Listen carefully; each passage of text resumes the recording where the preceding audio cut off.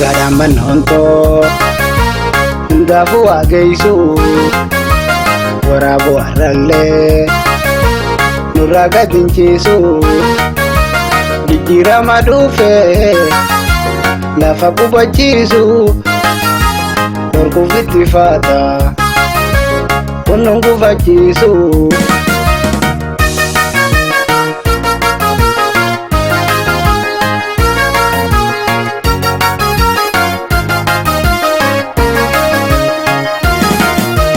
Maantiisa qabsoo obbo Jawaar qabna Mararaa Baqqalaa hayyuu keenyan boonna.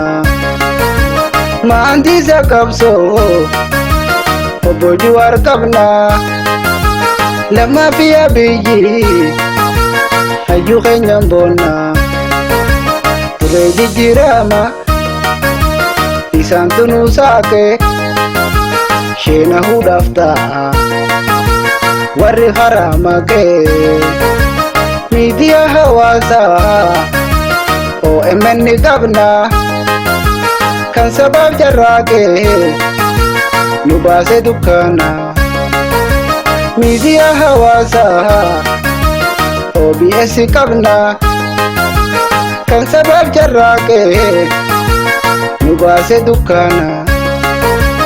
Galanni isaa guddaa nu yoomi daganna dagaagii mul'adhu yoomiyyuu simboonna dagaagii mul'adhu yoomiyyuu simboonna.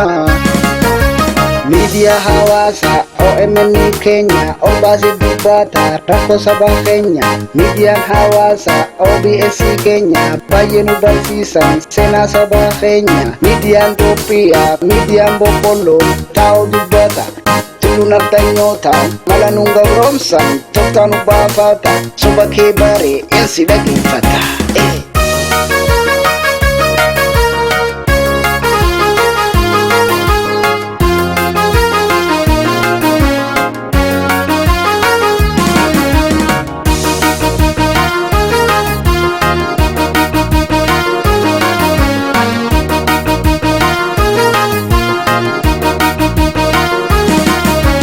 Ergaadhaan manhoontoo hundaafuu haa geessu waraaboo har'allee nurraa gad hin ciisu jijjiirama dhufe lafa qubachiisu dorkuuf itti faata kunnuun gufachiisu.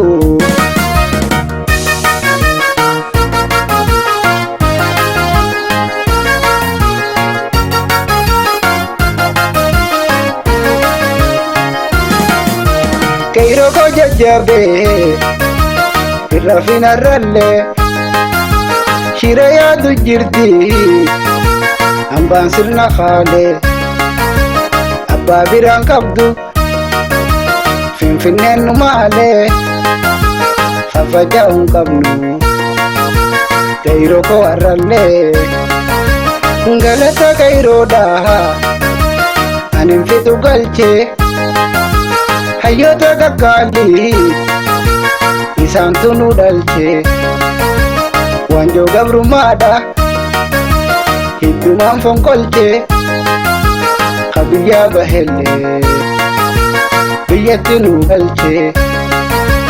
Yaa doktora keenya saaqamta taatee osoo si abdannuu nutti garagaltee gaaffii saba keenyaa yoo deebite laatte jirjirtee Oromoon dura si baasite arra si arrabsuun kanumaaf nu dhibde Oromoo gabroomsuu bulii was dabarte yoo si roobte wayyaa abbichuu if garte yoo si roobte wayyaa abbichuu if garte.